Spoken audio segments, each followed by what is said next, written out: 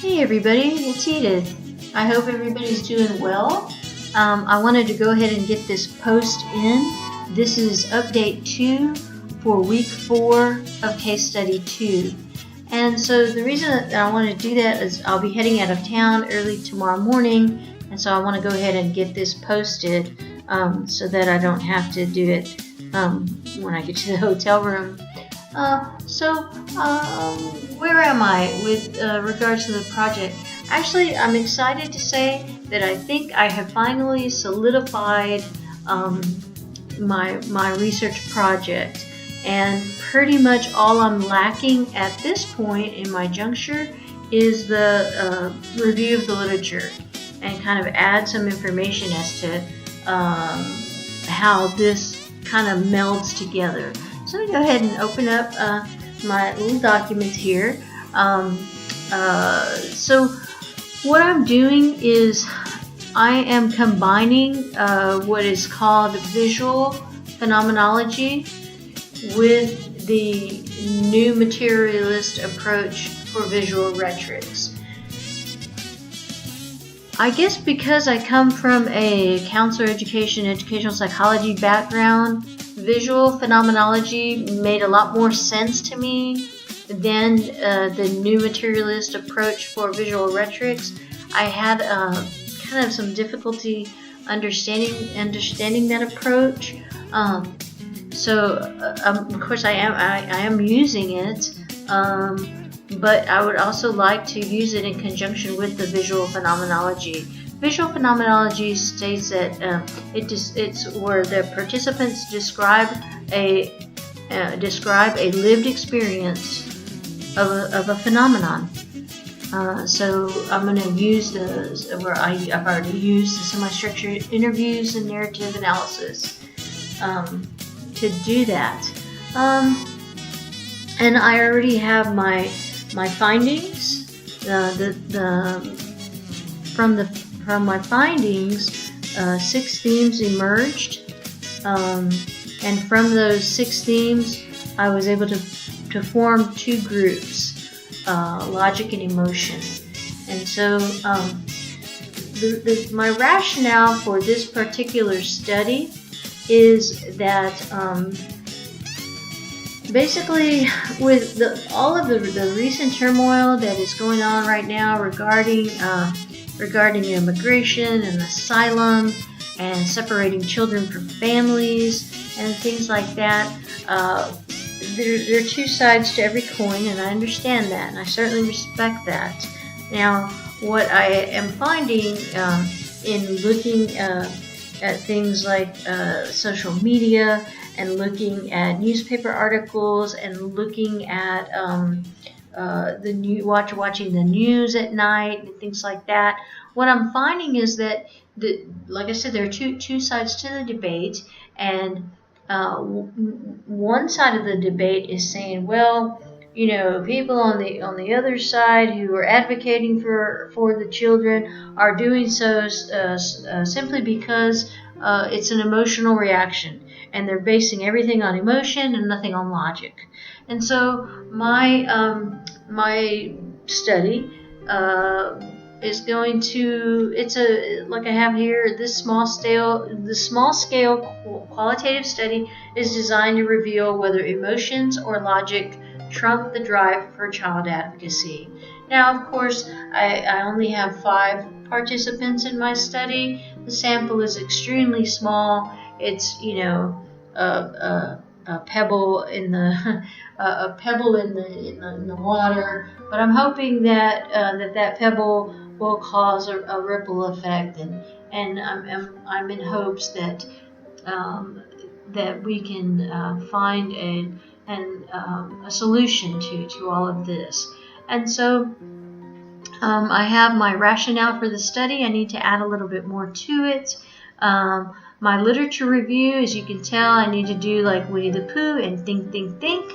I have my research design and methods, my population and sample. I have all of that. Prior to the reason that I can use the new materialist approach is because prior to the participants answering the questions, the 10 questions that I had for them, I showed them 2 works by Fagel, which is the artist that I analyzed in the very first case study. And this particular work, it may look familiar, is called 4th of July from La Frontera, and it was done by Fagel in 1998, which was prior to the laws, well, not prior to, but it was during the time when the laws were shifting and the borders were getting a little tighter. And so he created this because it reminded him of his homeland. But he is now, like I wrote here, he is now a well-established New Yorker who teaches at Columbia University. The second image that I showed the participants is this image, and it's called Trump's Wall. And as you can see, it's the same father from this image here, but as you can see, President Trump is wearing the crown that the Statue of Liberty wears and is spearing 2 people. So basically what I said is, and this is basically what Fagel said, is that the first picture represents a positive outlook on life, while the second one, Trump's Wall, has a negative connotation, including death, the death of hope, the death of a dream, and the death of humanity. And that's from Fagel. That's how he sees things. And so I shared that with the participants prior to them answering the questions. Now, one of the things that I did learn in reviewing and analyzing the responses is that I probably did not do a very good job as a researcher indicating to the participants that they needed to think of an image that represented the wall. And so I guess that the participants, instead of like coming up with an image like the images that we're seeing on the screen right now, instead of coming up with something like that, they just basically gave an interpretation of their emotions, of how they were feeling about this particular issue. And then they stated, from whence those emotions derived and things like that. So I probably didn't do a very good job as a researcher, but I feel like I can still use the new materials approach because I did show them these 2 images. And so I'm going to try to incorporate that with the visual phenomenology.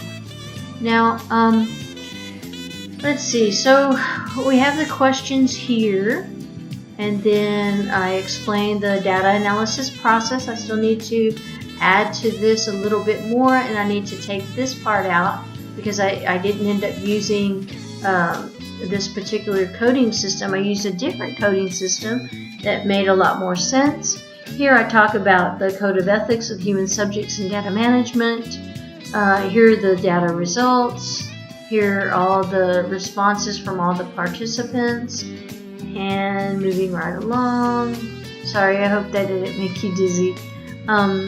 Okay, so the next part are the findings.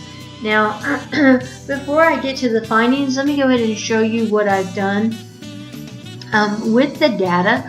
So I went into all of the participants, their responses.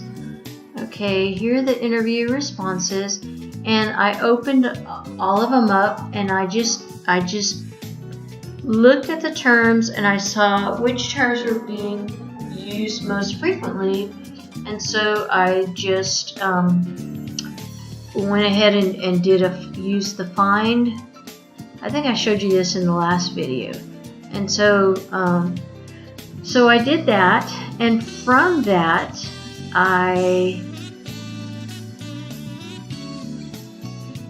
developed this coding system, and this is just the terms that I saw that were most frequent, and these are the total number that they were used: participant 1, 2, 3, 4, and 5. So I did that, and I think I showed you that last time. Well, from that, what I did then is I took the coding one step further in step 2, and I took those terms and I turned them into themes. And so I have 6 themes: legality, humanity, rationality, intentionality, emotionality, and territoriality. And so what I did with that is I took the terms that fall under these categories. Well, I really looked at the categories first and then came up with these themes. And then so these are so in other words, the terms in here subscribe to legality, the terms here subscribe to humanity, the terms here rationality, intentionality, so on and so forth. So these are the total number of times they were used, and then these are the participants, and I put a little asterisk by the ones. For example, legality, participant 5 used that one more than any of the other participants. Humanity, participants 2 and 3 used terms of humanity more than anyone else.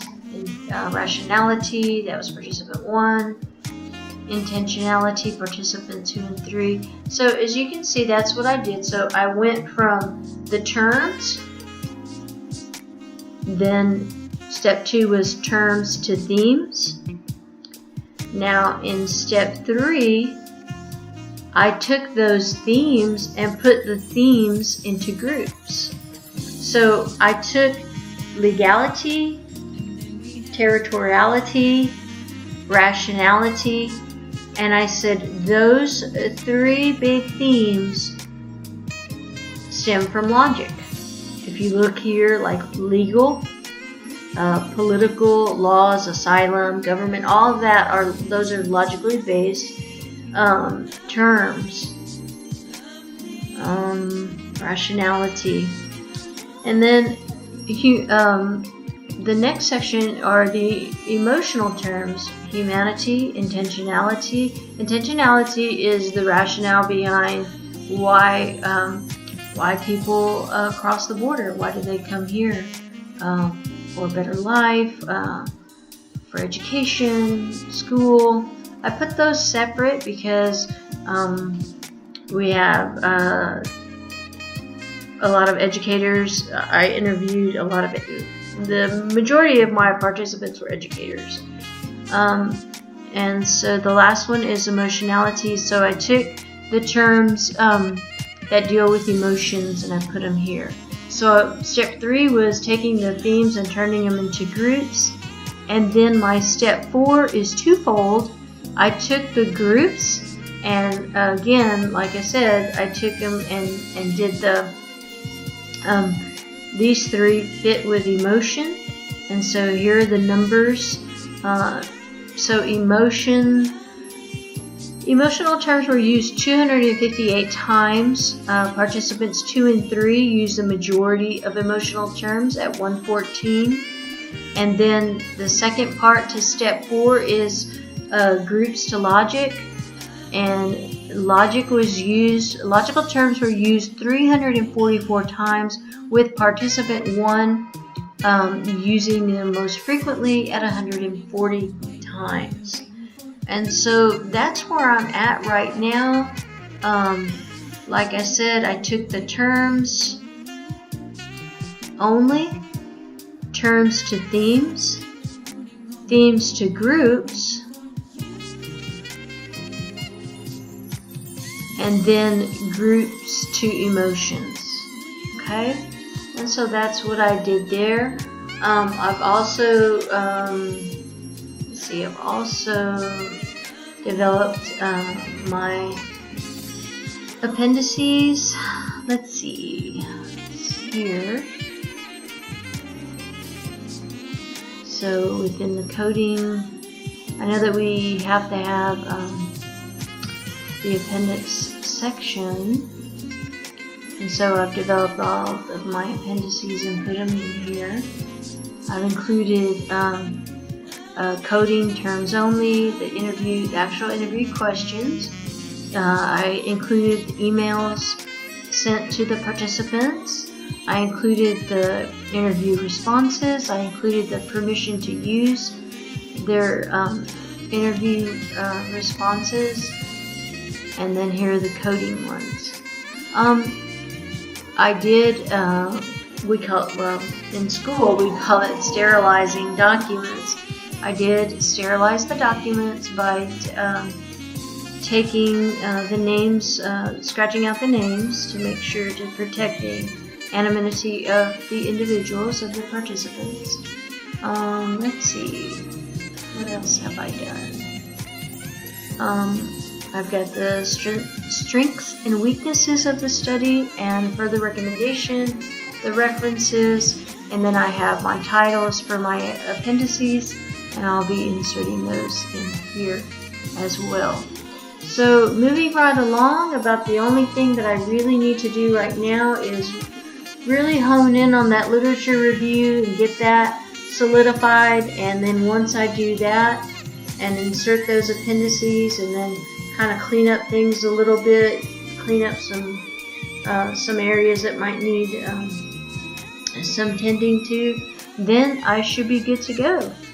But I hope everybody is moving right along as well, and I wish you the best of luck, and I can't wait to see everyone's projects. You take care. See you later. Bye, everybody.